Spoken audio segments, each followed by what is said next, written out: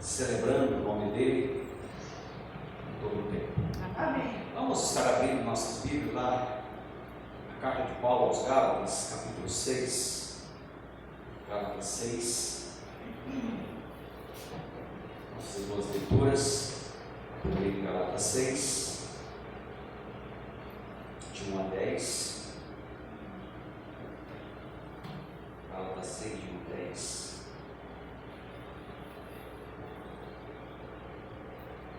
Nós queremos estar pensando juntos, irmãos, sobre o tema, exigências ou princípios da vida em comunidade. Exigências ou princípios de uma vida ou de vidas em comunidade.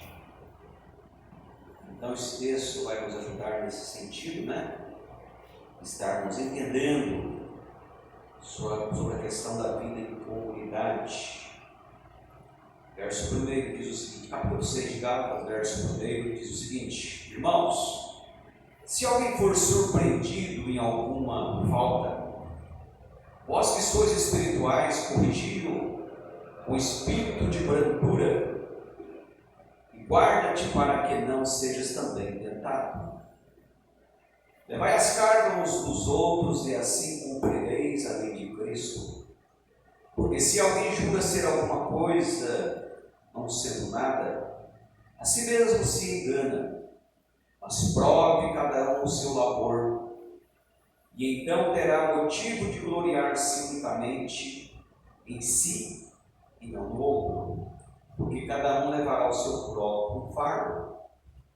Mas aquele que está sendo instruído na palavra, faça participante de todas as coisas boas aquele que o instrui. Não vos enganeis, de Deus não se zomba. Pois aquilo que o homem semear, isso também se fará. Porque o que semeia para a sua própria carne, da carne colherá corrupção. Mas o que semeia para o Espírito, do Espírito colherá vida eterna. E não nos cansemos de fazer o bem, porque a seu tempo ceifaremos, se não desfalecermos. Por isso, enquanto tivermos oportunidade, façamos o bem a todos, mas principalmente aos da família da fé. Vai lá em Tito, segue em frente aí, carta de Efésios, Filipenses, Colossenses, você vai encontrar Tito, de Paulo, Tito, capítulo 2, está bem pertinho, segue em frente aí, Efésios, Colossenses, 1 Timóteo, depois vamos ter Tito.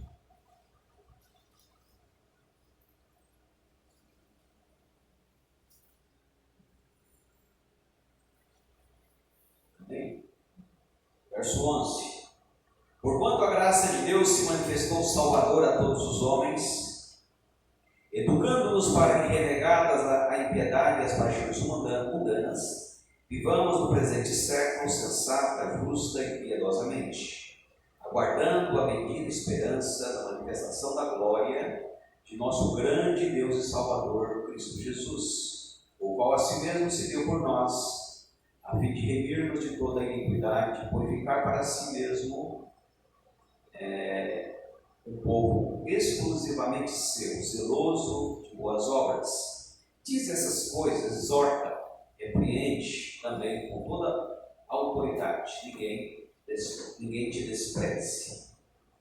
Verso 14, eu quero ressaltar ele que diz: o qual a si mesmo se deu por nós, a fim de remir-nos de toda a iniquidade e purificar para si mesmo um povo exclusivamente seu, zeloso e de boas obras. Irmãos e irmãs, a igreja é constituída de várias famílias, é o ajuntamento de várias famílias. E cada família tem o seu jeito de ser, cada família tem os seus princípios, tem as suas práticas. Nem todos lidam com os mesmos problemas da mesma forma, cada um lida de um jeito, cada um tem um modo de ser. Às vezes aquilo que nós julgamos na nossa família que seria o certo, em lidar com a situação, de repente para outra família já não é bem daquele jeito, eles pensam um pouco diferente, né? Então, em resumo, cada um ou cada família tem o seu modo de ser, o seu jeito de ser. E aí então nós precisamos entender essas adversidades, essas diferenças, e quando nos ajudamos como igreja, nós precisamos estar cientes que ali nós temos várias cabeças pensantes, várias famílias pensando de um jeito diferente. Pode ser que algumas coisas nós pensemos ali bem próximo, mas não existe ninguém que pense a mesma coisa, porque nós temos, graças a Deus, pensamentos e qualidades diferentes, características diferentes, personalidades diferentes. Isso é, na realidade, uma preciosidade. Mas quando nós não sabemos lidar com as nossas diferenças, nós acabamos tendo muita dificuldade em viver em comunidade. E existem pessoas que eu tenho certeza que até você conhece, que às vezes quer servir a Deus, mas não consegue viver em comunidade, viver em irmandade, viver unidos no corpo de Cristo. E às vezes eles querem servir a Deus, mas não querem muito envolvimento, porque se envolver de repente eu vou ter problemas, eu vou ter que abrir as minhas opiniões, eu vou ter que falar do que eu sou. Tem pessoas que não querem falar dele mesmo, querem viver de modo fechado, isolado, né? E existe aqueles que terminam o culto, ele já sai pela porta da frente e vai embora, e não quer muito esse negócio de tomar cafezinho, conversar, estar ali junto. Eles preferem querer servir a Deus, né, só na vertical e não na horizontal, não tem muita conexão com as pessoas. Mas quando nós olhamos para Jesus, a cruz nos liga ao céu, mas a cruz também nos liga às pessoas, porque servir a Deus é servir pessoas, né? Não dá para se isolar do mundo e querer dizer, olha, eu quero servir a Deus, mas eu não quero muito contato com as pessoas, porque as pessoas são muito complicadas. Então eu prefiro ficar meio que no meu mundinho e não abrir muito o meu coração, porque as pessoas são muito covardes, traiçoeiras, as pessoas não são confiáveis, e eu não quero abrir os meus segredos para ninguém, eu quero viver no meu mundinho ali, quem sabe eu possa ser mais feliz, né? Mas é engano, porque nós somos criados para viver em comunidade, nós somos criados para viver juntos, mas o pecado nos separa, o egoísmo nos separa, porque toda essa natureza é fruto do pecado, que está em nós, que nós precisamos estar sendo lapidados. E é isso que a igreja propõe, é estar trabalhando com as pessoas, lapidando essas pessoas ao longo da caminhada. Isso demanda tempo. E eu lembro muito da parábola dos 10 leprosos que foram a Jesus procurar a cura, e Jesus disse a aqueles 10 homens, olha, vai e mostre para o sacerdote a vida de vocês, o corpo de vocês. Como que dizendo, vocês chegando lá, podem ter certeza que vocês vão estar curados. Mas essa cura vai acontecer no percurso, no caminho. Então é no caminhar que nós vamos sendo trabalhados, que as famílias, que as pessoas vão sendo trabalhadas, e nós não vamos aqui querer esperar, irmãos, receber pessoas lapidadas, prontas para o trabalho. Pode ser que Deus mande? Pode ser. Que Deus mande pessoas prontas, mas pode ser que Deus mande pessoas que estão rústicas, que precisam de trabalho, de paciência, porque elas estão vindo da natureza, do comum, né? E naturalmente o homem, a mulher, a criança precisa ser lapidados, porque nascemos em pecado e precisamos ao longo da caminhada ser trabalhados, né? E um dia eu vi um adesivo interessante no carro que dizia, paciência comigo, Deus está trabalhando em meu coração e em minha vida, e a paciência, né? Como dizendo, se eu te der uma fechada, não vai dar mal, porque Deus está me levando, está trabalhando comigo, né? Então é isso que acontece conosco, né? E nós precisamos então estar cientes dessa realidade. Então, indo para o texto, quando Paulo escreve aos Gálatas, ele diz, olha irmão, se alguém for surpreendido em alguma falta ou alguma falha, vós que sois espirituais, corrigi-o com espírito de brandura, né? Então, perceber falhas de repente vai acontecer na vida da pessoa, em nossa vida. E nós precisamos então ter o espírito de brandura, que é o espírito de amor, que é o espírito de entendimento, de moderação, e não de ser radical no sentido de dizer, olha, você é muito fraco, você não sabe lidar com esse probleminha. Como você é fraco, como você precisa crescer. Irmãos, de repente pode ser que de fato essa pessoa tenha dificuldade em lidar com um departamento, com um segmento da vida, quem sabe nas finanças, quem sabe na vida conjugal, e você tem facilidade em lidar com essas coisas, mas de repente você olha para ela e fala, mas você é muito fraco, você não consegue administrar o pouco que você ganha. Eu, se ganhasse o tanto que você ganha, eu estaria muito bem de vida. E a gente sabe que não é assim que funciona, né? Então ele está dizendo, olha, vocês que se julgam espirituais, Paulo está dizendo, ao perceber a falha em uma pessoa, corrigir essa pessoa, porque nós precisamos corrigir uns aos outros. Nós precisamos cuidar, no sentido bom da palavra, ajudar as pessoas a se equilibrar na sua vida como um todo. Ou seja, eu estou dizendo que a igreja não pode ter uma proposta de mensagem só preparando as pessoas para a vida eterna. Como dizendo, olha, você tem as suas falhas, seus erros aí, mas vai levando a sua vida. Cristo perdoou os seus pecados e na eternidade você vai ter os seus problemas todos resolvidos? Não, irmãos, Deus quer trabalhar conosco, salvar o ser humano como um todo. Por isso eu não concordo com aquela colocação, né? O nosso negócio é salvar almas. Fica muito abstrato, né? Fica muito estranho, porque salvar a alma, você não consegue ver a alma, você vê a pessoa. Então nosso negócio pode ser salvar a alma, salvar o espírito, preparar a pessoa para a eternidade? Sim, até porque é a proposta principal da igreja.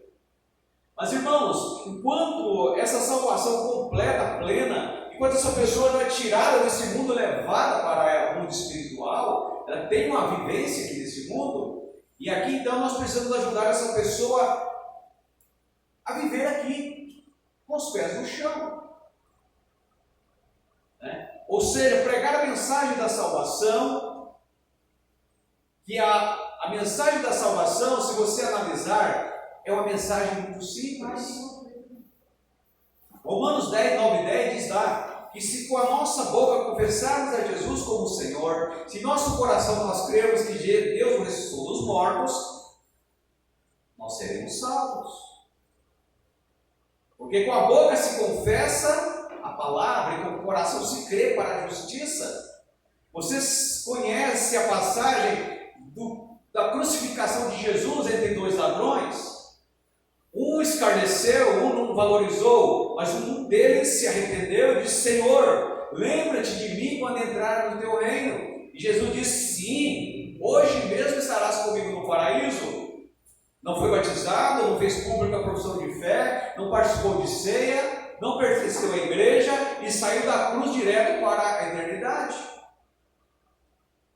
Mas isso não é regra, foi uma exceção. Foi uma exceção.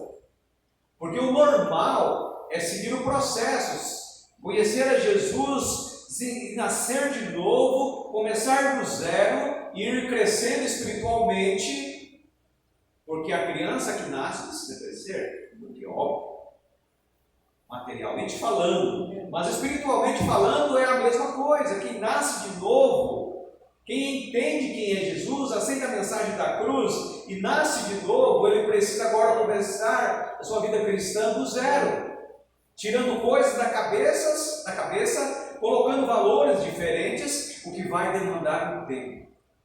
Então, irmãos, não nos enganemos que quando pregamos o Evangelho, fazemos um apelo, a pessoa levanta a mão, crê em Jesus e a partir daquele momento é salva, ela vai agora precisar passar por um processo de crescimento ou discipulado, para que ela vá agora tirando coisas e colocando outras coisas no coração,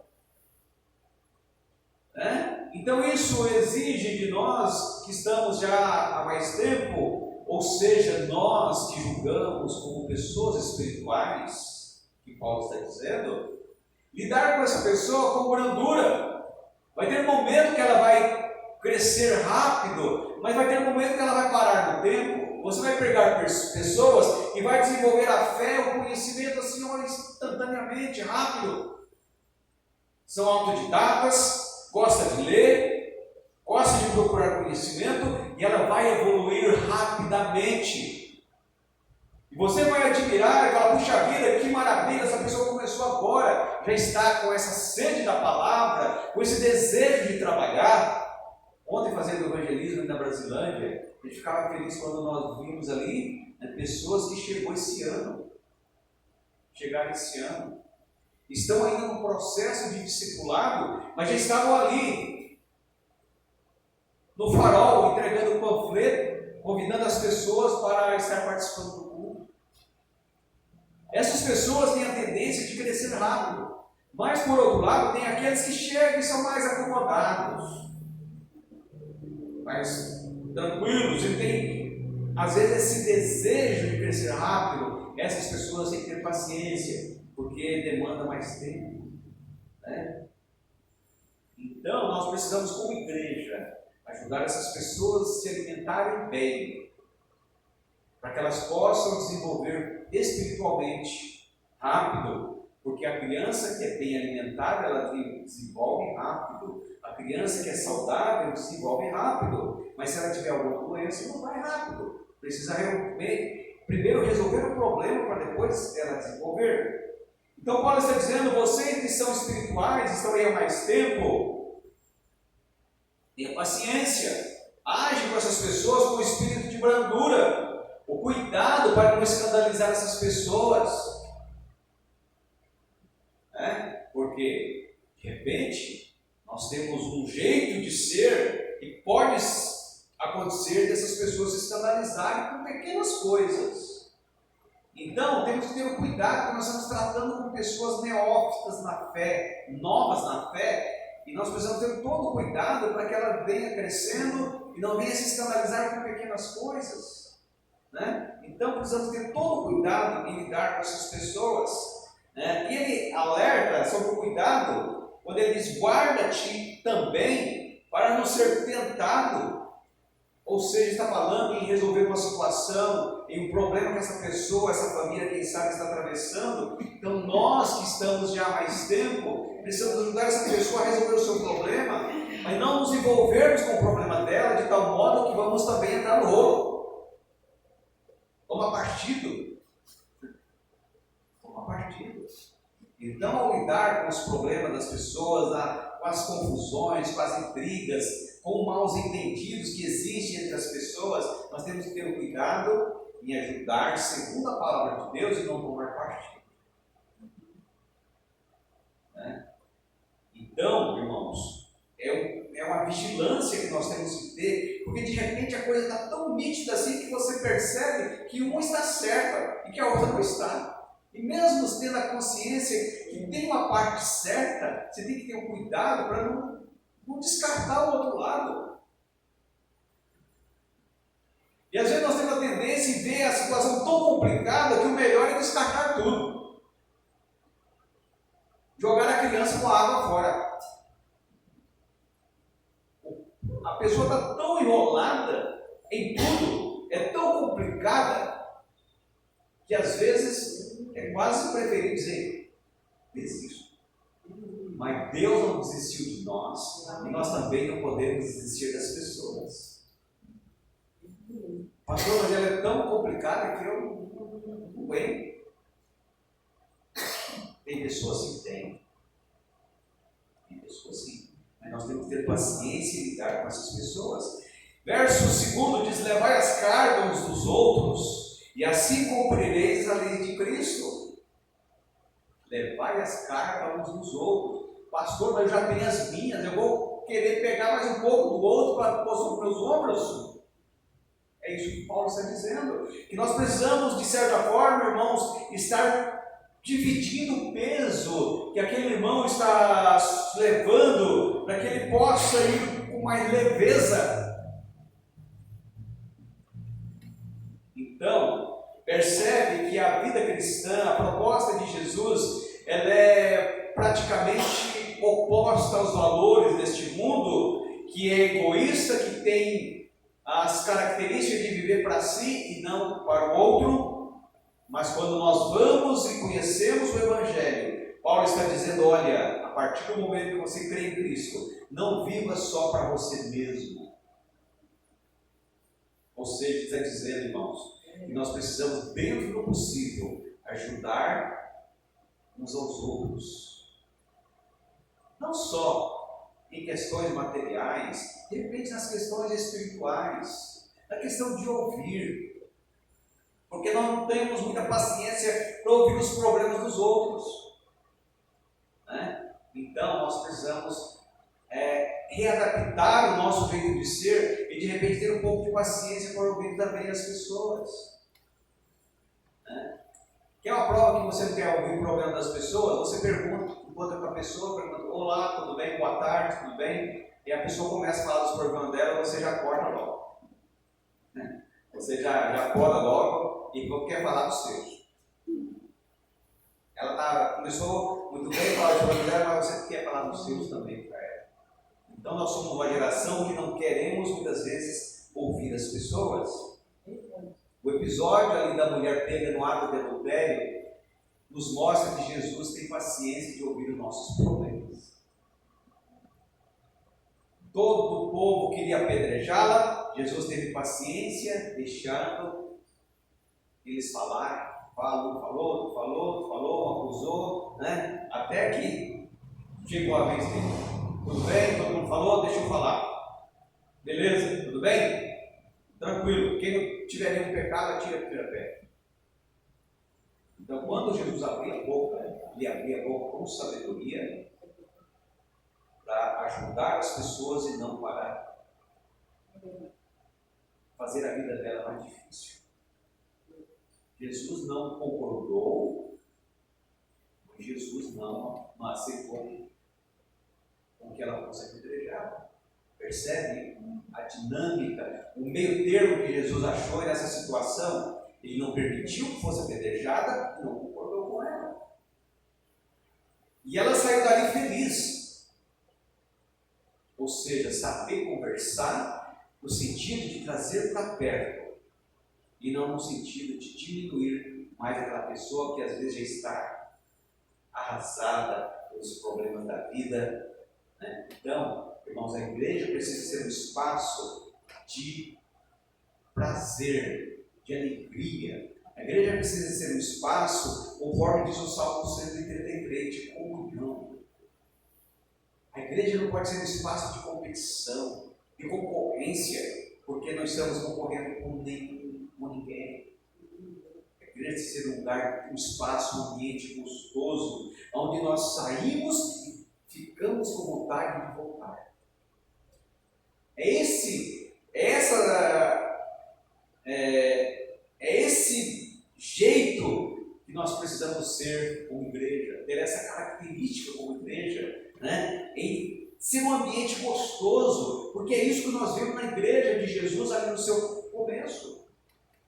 Os irmãos viviam assim de modo tão unido, que as pessoas chegavam e ficavam encantadas com aquele jeito de viver, de um modo simpático. E as pessoas ficavam ali e resolviam ficar definitivamente. Então, essa impressão que nós precisamos passar para as pessoas. Nós estamos evangelizando, nós estamos orando. Na hora certa vai surgir pessoas novas. Então, nós precisamos estar preparados para receber essas pessoas. Então, levai as cargas dos outros, né? Porque se alguém julga ser santo, ser alguma coisa, não sendo nada, a si mesmo se engana. Né? Mas prove cada um o seu trabalho, o seu labor, então terá motivo de gloriar-se unicamente em si mesmo e não no outro. E agora vem o versículo 5, que parece uma contradição de tudo isso. Quando Paulo diz, porque cada um levará o seu próprio fardo. Levai as cargas uns dos outros, ele disse antes. Agora ele diz, cada um levará o seu próprio fardo. Ele está dizendo, irmãos, que em comunidade nós precisamos estar dispostos a dividir o peso. Mas existem certos pesos, existem certas responsabilidades, compromissos, que é único e só a pessoa pode levar. E que nós não temos condição de levar. Ou seja, ele está dizendo que nós temos responsabilidade coletiva e responsabilidades pessoais. Então é o cuidado de não querer levar o fardo todo da pessoa e dizer, olha, fique tranquilo que eu vou fazer tudo por você. Porque tem coisas que nós precisamos ensinar as pessoas a lidar com as suas próprias limitações, com os seus próprios problemas, porque ela unicamente tem que resolver aquilo. Então, um dia eu ouvi do presbítero Benito uma colocação muito interessante quando nós estávamos lidando com um problema lá na Brasilândia, de uma pessoa que quando eu cheguei em 2018, estava morando lá já há 8 anos, né? Na casinha que a gente tinha lá nas dependências da igreja, morando há 8 anos, não fazia nada, e dependia de cesta básica, dependia às vezes da mesa diagonal, ir lá na casa dele, limpar a casa dele, criou os filhos, as filhas lá, as filhas foram embora, a mulher foi embora, e eu cheguei lá, estava só ele. Eu falei, o que ele está fazendo aí? Mas se a gente falar alguma coisa, vai processar a igreja. Então, se vai processar a igreja hoje, melhor que seja hoje. Melhor hoje do que daqui a 5 anos. E esse meados de outubro, novembro. Aí conversando sobre o assunto, o presidente Benito disse, essa igreja é tão boa que estraga as pessoas. Ou seja, temos que ajudar, temos que levar as cargas, mas a igreja não pode querer fazer aquilo que é da pessoa fazer. E isso nós precisamos encorajar a pessoa dizendo, não, você que tem que ir lá fazer. Porque tem coisas que não tem como eu fazer para a pessoa, ela tem que fazer. Mas se eu quiser fazer tudo por ela, eu vou deixar ela viciada e ela vai ser realmente um problema no meio da comunidade. Outubro, novembro, dezembro, janeiro, fevereiro, o processo chegou. Porque ele saiu da igreja em janeiro. Fevereiro chegou a notificação que a igreja está sendo processada. E ele queria 35 mil reais da igreja. Porque ele morou de graça 8 anos, porque ele ganhou pensão, a galera ganhou cesta básica por 8 anos, porque ele criou as filhas lá, as irmãs deu material escolar, as irmãs ajudou no pré-natal. Então, como resultado, como gratificação, ele queria 35 mil reais. Como processo, 2 vezes a audiência. Na segunda vez resolvemos, a juíza disse, dá 8 mil para ele e está tudo certo. Aí a igreja pagou, né, os 8 mil para ele, né, para não ter mais dor de cabeça, encerrar o assunto. Pagou os 8 mil para ele e ele continuou morando lá na rua com a mesma pobreza de antes, ali perto da igreja. Os 8 mil não resolveram a vida. Se ele não tivesse processado, ele poderia estar conosco lá, recebendo ajuda, né? Não morando lá, porque tiramos ele de lá não foi nem só por conta dessa situação, ele não está fazendo nada, mas porque nós precisávamos de espaço. Como estamos construindo naquele lugar banheiros, salas novas, né? Para a igreja não tinha sala. Então, nós precisamos desse espaço. Né? Não tiramos por maldade, não foi nem por isso, porque nós precisávamos de espaço. Ele não entendeu. Né? Então, são situações que a gente enfrenta. Né? Então, irmãos e irmãs, nós estamos sendo lapidados, trabalhados, e o texto de Tito diz lá que nós estamos sendo reeducados. Porque naturalmente A nossa natureza não é de brandura, a nossa natureza não é de ajudar a levar as cargas dos outros, né? E no finalzinho, só para concluir, ele diz lá: irmãos, não cansemos de fazer o bem. Verso 9. Não cansemos de fazer o bem, porque a seu tempo ceifaremos se não desfalecermos. Ou seja, nós corremos o risco, né, Maia, de cansar de fazer o bem. Mas eu já fiz tantas coisas boas, essa pessoa ela não reage, eu simplesmente desisto. Cansei. Você já deve ter visto em algum lugar isso aí. Cansei. Não vou mais fazer nada por essa pessoa. Então, Paulo está nos exortando sobre esse perigo que nós corremos de cansar de fazer o bem. Então, nós temos que gastar todas as fichas, todas as oportunidades que aquela pessoa. Se vê que não dá mesmo, paciência. Mas vai vir outro. E você não pode usar esse exemplo negativo que não deu certo com aquela pessoa e dizer: olha, eu me fecho, eu me isolo, não quero mais saber de. Eu estou decepcionado com o ser humano, não vou ajudar mais ninguém, não vou gastar o meu tempo, porque eu me decepcionei com fulano de tal. É isso que ele está dizendo: não canse de fazer o bem. A quem quer que seja. Né? Então, ele diz: olha, a qualquer um. Começando na família espiritual, começando internamente, mas isso pode e deve se estender para fora. É o que ele diz aqui: quando tiver a oportunidade, verso 10, façamos o bem a todos. Ah, mas é espírita.